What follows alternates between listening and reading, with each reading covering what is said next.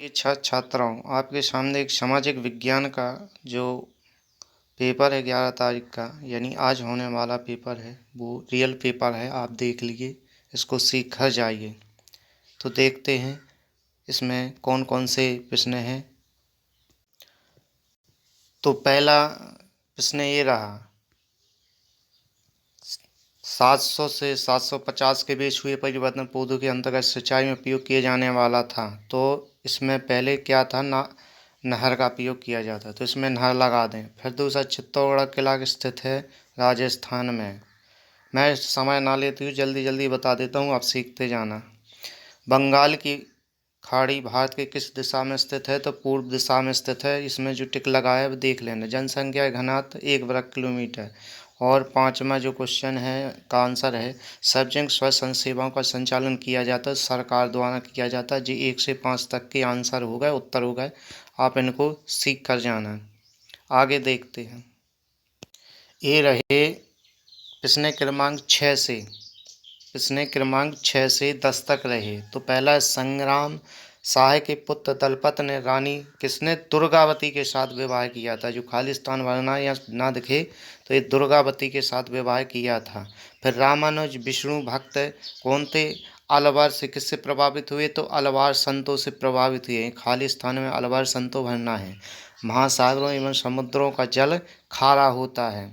इसके बाद 9वें भन्ने, वे बीमारियां जो एक व्यक्ति से दूसरे व्यक्ति में फैलती हैं वे संक्रमण बीमारियां कहलाती हैं। 10वां भन्ना है, द्वीप समूह। द्वीप प्रशांत महासागर के दक्षिण छोर पर स्थित है, यानी कि खालिस्तान भरी हुई है। इसके आगे अब आगे देखते हैं। और इसके आगे जो 11 है, 11, समुद्री पुतन का निर्माण कैसे होता है? गंगा नदी के तट पर स्थित प्रमुख शहरों के नाम लिखिए। जे हम प्रश्न देख लेते हैं, इसके बाद एक एक से सारे के उत्तर देते जाएंगे। 11वां क्वेश्चन देखा था। इसके बाद जो 12वां, गंगा नदी के तट पर स्थित प्रमुख शहरों के नाम लिखिए। 13वां था, सहारा रेगिस्तान में पाए जाने वाले जीव जंतुओं के नाम लिखिए। इसके बाद में 14वां है, भारतीय लोकतंत्र का अधिकार स्तंभ किसे कहा जाता है? जो 15वां है, वर्ष 1961 में जनगणना के अनुसार पुरुष महिला साक्षरता प्रतिशत लिखिए। 16वां, संसार के सबसे बड़े कपड़ा बाजारों में से एक भारत किस राज्य में स्थित है? जे रहे आपके 21 तक क्वेश्चन, तो इनको पढ़ना है ना। 17वां है, मुगल साम्राज्य। इसके पहले अपन 16 तक के आंसर देख लेंगे, इसके बाद फिर आगे देखेंगे। 1 से 10 तक के उत्तर अपन ने देख लिए थे। ये रहा 11वें का उत्तर। तो इसमें 11वें का उत्तर ये है, इसको सीख लें। इसके बाद जो 12वें का पूरा नहीं है, अगले पूरा देंगे। ये रहा उत्तर 12 का, गंगा नदी के तट पर स्थित प्रमुख शहर वाराणसी, प्रयागराज, पटना, कानपुर। आप प्रश्न क्रमांक ये रहा प्रश्न क्रमांक 13 का उत्तर, तो इसको सीख लें। ये है प्रश्न क्रमांक 14 का उत्तर, भारतीय लोकतंत्र का आधार संविधान स्तंभ जे हैं। इसके बाद आगे ये रहा प्रश्न क्रमांक 15 का आंसर। 1997 का अनुसार पुरुष साक्षरता 40.4 और महिला साक्षरता 15.3 थी। और इसी में 7 में 16वें का आंसर, 16 का आंसर भी देख लें। अब यहाँ से अपन प्रश्न क्रमांक 17 को पढ़ेंगे और उसके बाद उसके उत्तर देखेंगे। तो मुगल साम्राज्य की राजस्व व्यवस्था की कोई 3 विशेषताएं लिखना है। इसके बाद में जहांगीर ने अपने संस्मरण में बाजारों के बारे में क्या लिखा है? सेल किसे कहते हैं? 19वां है, सेल किसे कहते हैं? सेलों के प्रकार लिखिए।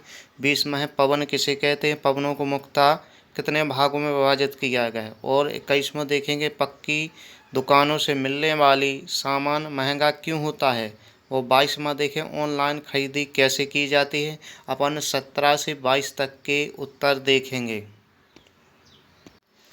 हे रहा प्रश्न क्रमांक 17 का उत्तर, इसको देख लें और सीख लें सही तरीक़ा से। आप चलते हैं प्रश्न क्रमांक 18। प्रश्न क्रमांक 18 का ये उत्तर रहा, इसको देख लें और सीख लें। ये रहा प्रश्न क्रमांक 19 का आंसर, इसको देखें और सीख लें। और ये रहा प्रश्न क्रमांक 20 का। पवन वायुमंडल में हवा का एक स्थान दूसरे स्थान पर तब तक प्रवाह है जो कि वायु दाब के अंदर चलता है। तो इसके 3 विशेषताएं ये रहीं: स्थानीय पवनें, नियमित पवनें और अनियमित पवनें। ये 3 अब देखेंगे प्रश्न क्रमांक 21 का देखेंगे आंसर। पक्की दुकानों से मिलने वाला सामान महंगा होता है क्योंकि दुकान का किराया, बिजली और खर्च अधिक होते हैं। ब्रांडेड उत्पादों की कीमत अधिक होती है और जीएसटी भी से मिलती हैं, इसलिए महंगी होती हैं। तो 21 का देखें। अब देखेंगे अपन 22 से जे अपने 22 तक प्रश्न और उत्तर इसके कंप्लीट हुए हैं। अब 23 से देखेंगे। 23 का है शेर शाह सूरी की शासन व्यवस्था का वर्णन कीजिए। 24वां प्रश्न है चोल शासक काल में कृषि और सिंचाई व्यवस्था का वर्णन कीजिए। 25वां पर्यावरण को हमारे जीवन का मूल आधार क्यों माना गया है, समझाइए। और 26वां है सेंसरशिप से क्या आशा है या क्यों आवश्यक है।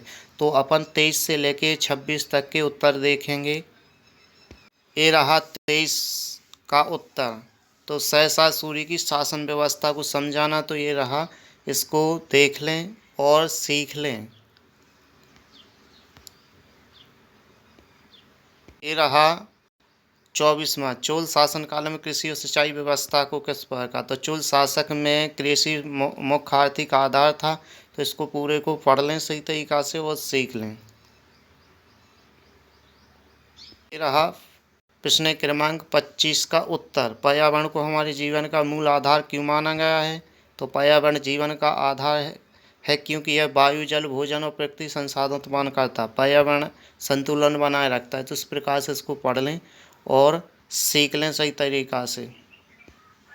और ये रहा प्रश्न क्रमांक 26 का उत्तर। अगर सीखें इसको भी सीख लें और पूरे सारे 1 से लेकर 26 तक के उत्तर हमने इसको वीडियो के माध्यम से आपको बता दिए हैं। अगर आपको सही लगे, जानकारी सही है और आप इससे सीख रहे हैं कुछ, तो चैनल को सब्सक्राइब और लाइक ज़रूर कर दें।